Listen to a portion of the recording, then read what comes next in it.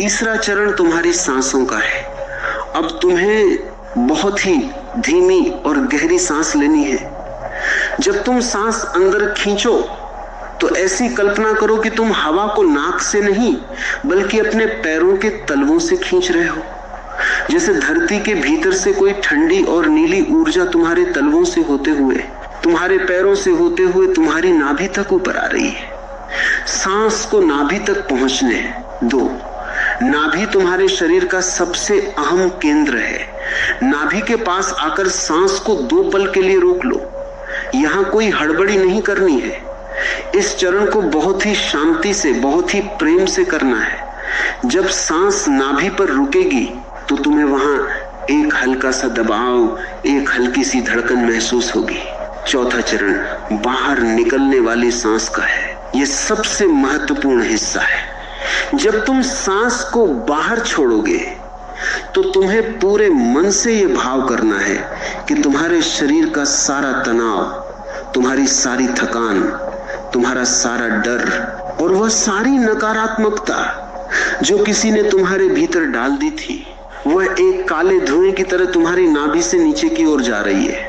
वह तुम्हारे पैरों से होते हुए तुम्हारे तलवों से बाहर निकलकर गहरी धरती में समा रही है।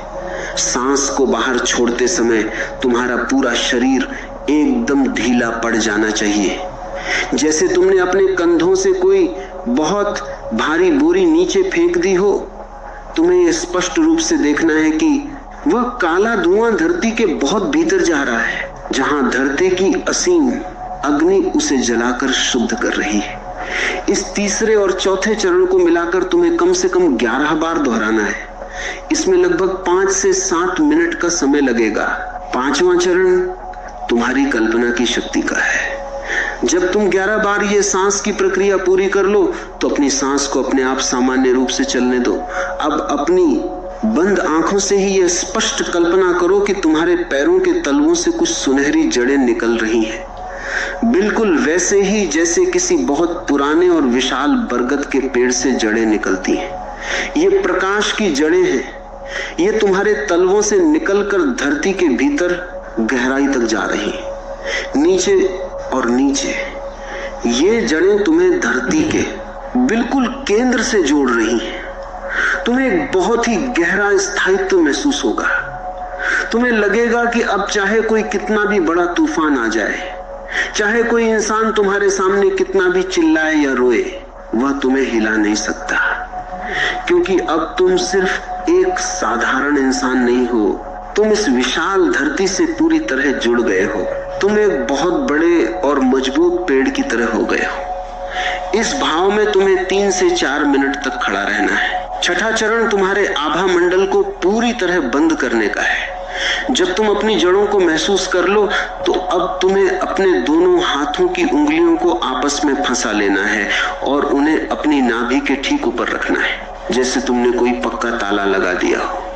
यह तुम्हारे ऊर्जा चक्र को बंद करने की प्राचीन मुद्रा है। जब तुम अपने हाथों को इस तरह जोड़ते हो तो तुम्हारे शरीर की विद्युत का घेरा पूरा हो जाता है। अब तुम्हारी ऊर्जा तुम्हारे ही भीतर गोल गोल घूमने लगेगी। वह किसी भी हाल में बाहर नहीं जा पाएगी। अब तुम्हें यह कड़ा संकल्प लेना है कि तुम्हारा आभा मंडल एक सुनहरे रंग के प्रकाश से घिर गया है। यह प्रकाश एक कवच की तरह तुम्हारे पूरे शरीर के चारों ओर है। यह इतना मजबूत है कि कोई भी बाहरी विचार, कोई भी बाहरी ऊर्जा या किसी की बुरी नजर इसे किसी भी कीमत पर भेद नहीं सकती। इस अवस्था में तुम्हें 2 मिनट तक खड़ा रहना है। और 7वां तथा अंतिम चरण है कृतज्ञता। अपनी आंखें बहुत ही धीरे से खोलो। अपने हाथों को खोलकर अपनी छाती के पास लाओ और धरती माता को पूरे हृदय से धन्यवाद दो। उसने तुम्हारा सारा विष पी लिया और तुम्हें अपने प्राणों की शुद्ध और ताजी ऊर्जा से भर दिया। अपने दोनों हाथों को आपस में रगड़कर अपने चेहरे पर फेरो। तुम पाओगे कि तुम्हारे भीतर एक अद्भुत सन्नाटा छा गया है, एक ऐसी शांति जो तुमने पहले कभी महसूस नहीं की होगी।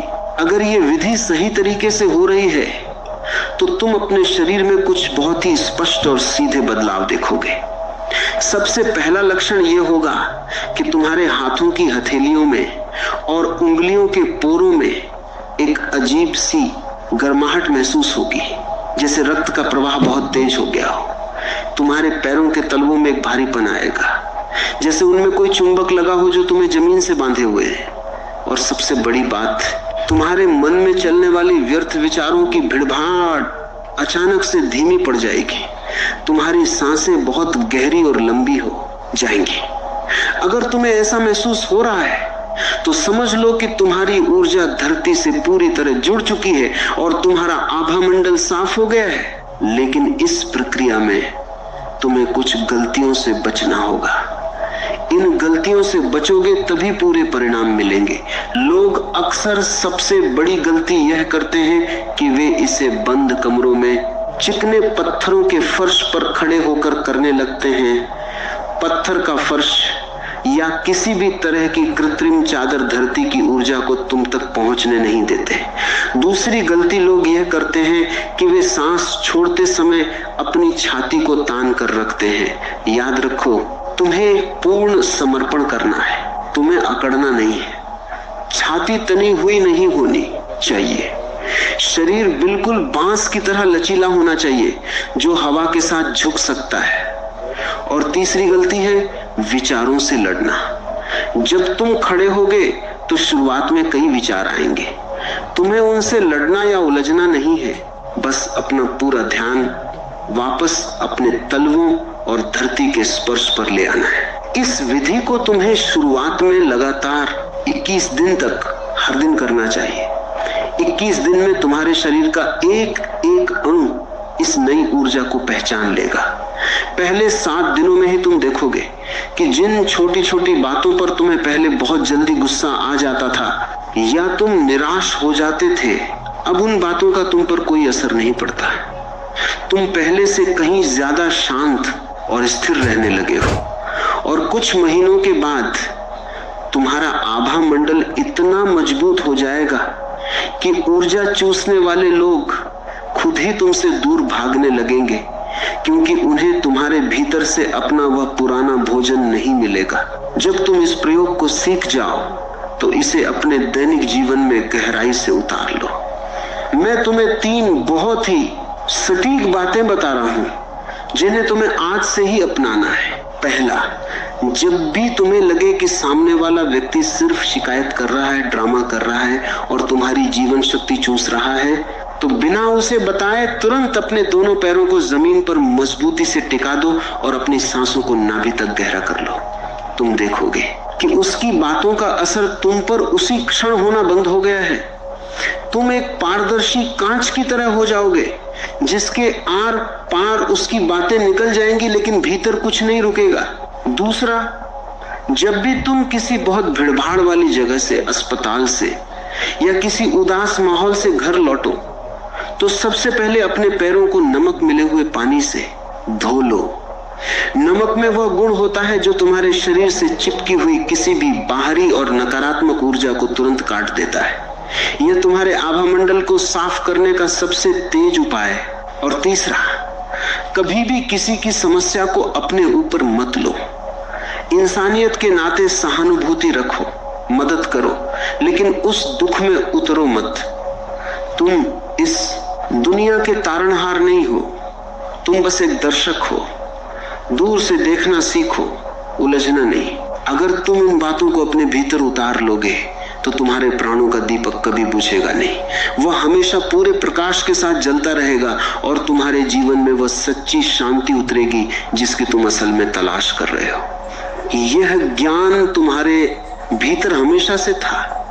यह कोई नई बात नहीं है, यह बस उसी का स्मरण है जो तुम भूल गए थे। स्टोरी पसंद आए तो अगले पार्ट के लिए लाइक, सब्सक्राइब और कमेंट।